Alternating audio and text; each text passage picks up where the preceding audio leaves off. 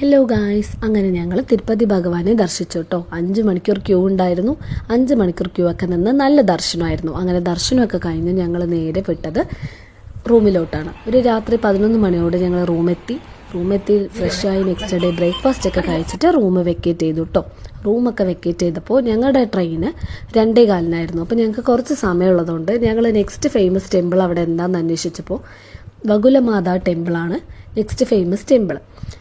വകുലമാത ആരാന്ന് വെച്ചാൽ നമ്മുടെ തിരുപ്പതി ഭഗവാൻ, അതായത് ലോർഡ് വെങ്കടേശ്വരൻ്റെ അമ്മയാണ്. അങ്ങനെ ഞങ്ങൾ അവിടെ ആകുമ്പോൾ തിരക്കില്ല എന്ന് പറഞ്ഞതുകൊണ്ട് ഞങ്ങൾ അവിടേക്ക് പോയി കേട്ടോ. അവിടെ ഒരു ഓട്ടോ ബുക്ക് ചെയ്താണ് പോയത്. ഓട്ടോയിൽ പോയി ചെന്നിറങ്ങുമ്പോൾ നല്ല ആംബിയൻസ് ആയിരുന്നു. അവിടുത്തെ ആംബിയൻസ് നല്ല പീസ്ഫുൾ കാമായിരുന്നു.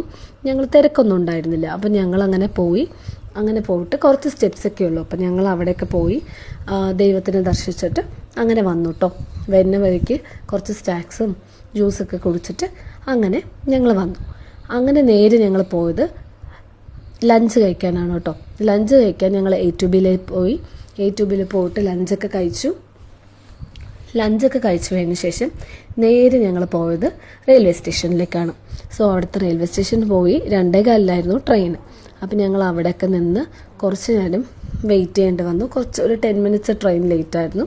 അപ്പം ഞങ്ങൾ അവിടെ നിന്നിട്ട് നേരെ കയറിയിരുന്നു. അങ്ങനെ രാത്രി ഒരു 12 മണിയോടെ ഞങ്ങൾ പാലക്കാട്ടിലെത്തി കേട്ടോ. സോ ഇതാണ് ഞങ്ങളുടെ തിരുപ്പതി യാത്ര. നല്ല രസമുണ്ടായിരുന്നു. എല്ലാവരും പറഞ്ഞത് കേട്ടിട്ടുണ്ട് കേട്ടോ.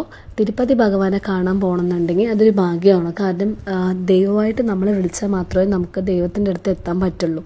സോ അത് എൻ്റെ കാര്യത്തിൽ സത്യമായിരുന്നു കേട്ടോ.